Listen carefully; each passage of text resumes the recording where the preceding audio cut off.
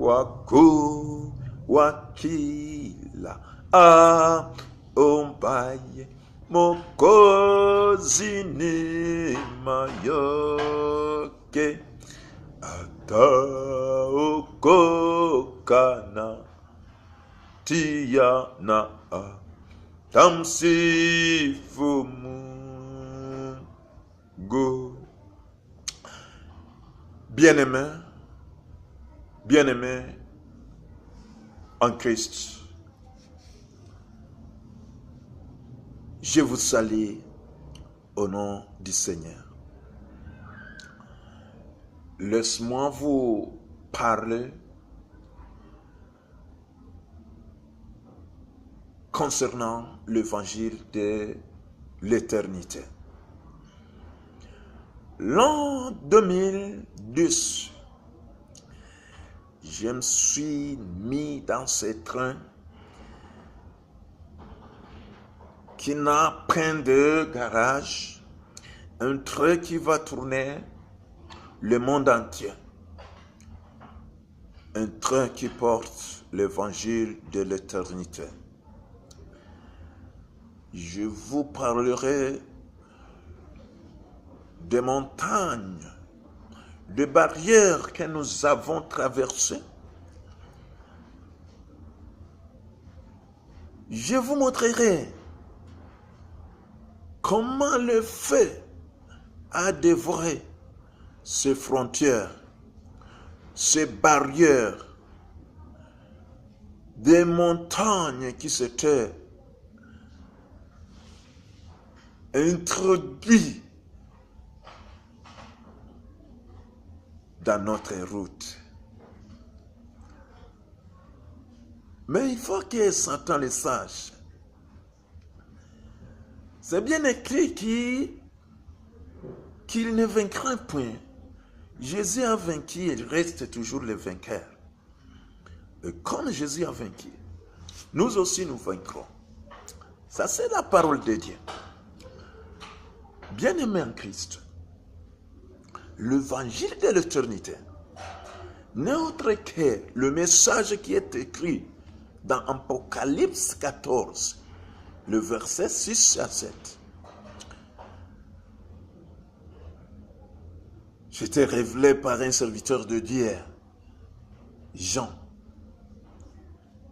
L'homme envoyé de prêcher l'évangile dans les déserts.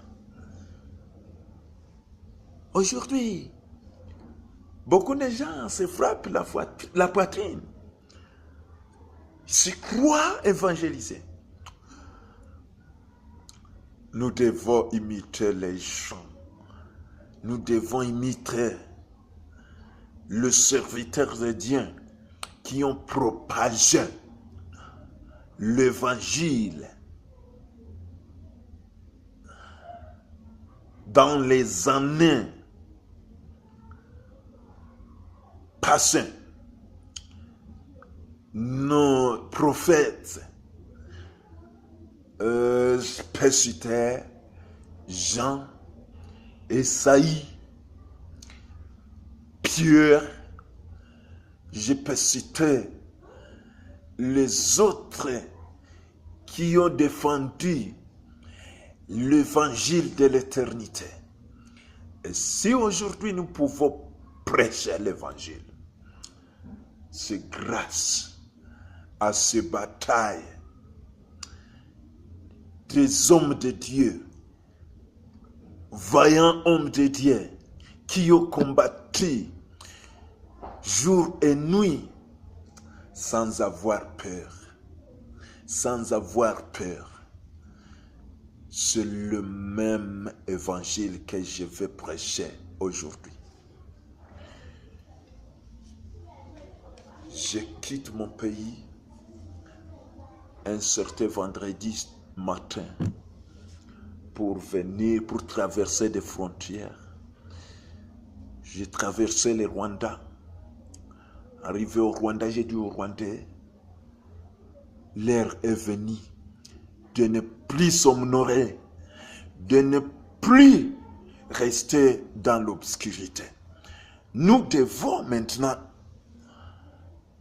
nous retourner sur les rails et défendre l'évangile de l'éternité et défendre que tu as reçu le Sauveur Jésus-Christ. Or, les Rwandais ont crié. Je traversais la frontière d'Ouganda, là où j'ai passé une seule nuit. Et je me rappelle, j'ai bien dit à un frère que nous avions passé la nuit ensemble de se repentir et de retourner vers le Dieu Tout-Puissant. Le frère m'a dit que c'est un bon message. M'a dit qu'il va y réfléchir. Moi, j'ai dit, même si vous ne voulez pas y réfléchir maintenant, moi, je suis partant. J'ai une mission mondiale. Je ne sais pas. Là où je veux m'arrêter, c'est que je suis, la mission est divine et mondiale. Recevez le message de Dieu de Tout-Puissant. Mon cher frère, ne faut pas attendre. Ne faut pas craindre. Le quand dira-t-on? L'essentiel est d'obéir la parole de Dieu et le recevoir. Il y a un salut qui est envoyé gratuitement pour toi. Aujourd'hui, même à cette heure même, recevez l'évangile de l'éternité. Le frère a reçu l'évangile. Il a dit, désormais, je vais me mettre sur le rail. Je vais honorer mon Dieu, un seul Dieu qui a créé les cieux, la terre. Voilà, le message continue. Je me suis décidé de me rendre au Kenya, là où je suis aujourd'hui. J'ai traversé beaucoup de frontières. Je vais vous dire en bref ce que j'ai vécu, ce que je continue,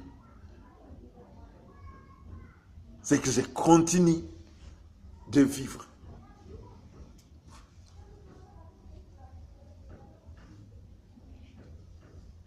Le Kenya, c'est un petit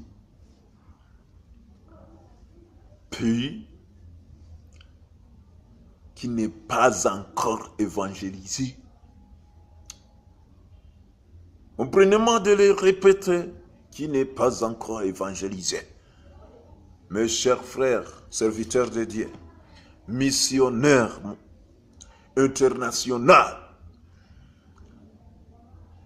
ce petit pays de multiples sectes, je dis sectes, parce que je suis à la recherche d'une église de Dieu au Kenya. Je ne l'ai pas encore trouvé. Un pays avec de multiples cultures dont jusqu'à présent j'ai fait les recherches. Je ne vois pas si je parviendrai à déterminer quelle culture prise. Mais Dieu, il est unique. Le Dieu que j'adore, le Dieu que nous adorons, le Dieu que je prie, il est puissant. Et il m'a promis qu'il va instaurer et installer l'autel de Dieu. Maintenant se trouve au Kenya. Un peuple dépourvu de l'évangile d'éternité, mais qui est en voie de recevoir l'évangile d'éternité. Je remercie mon Dieu.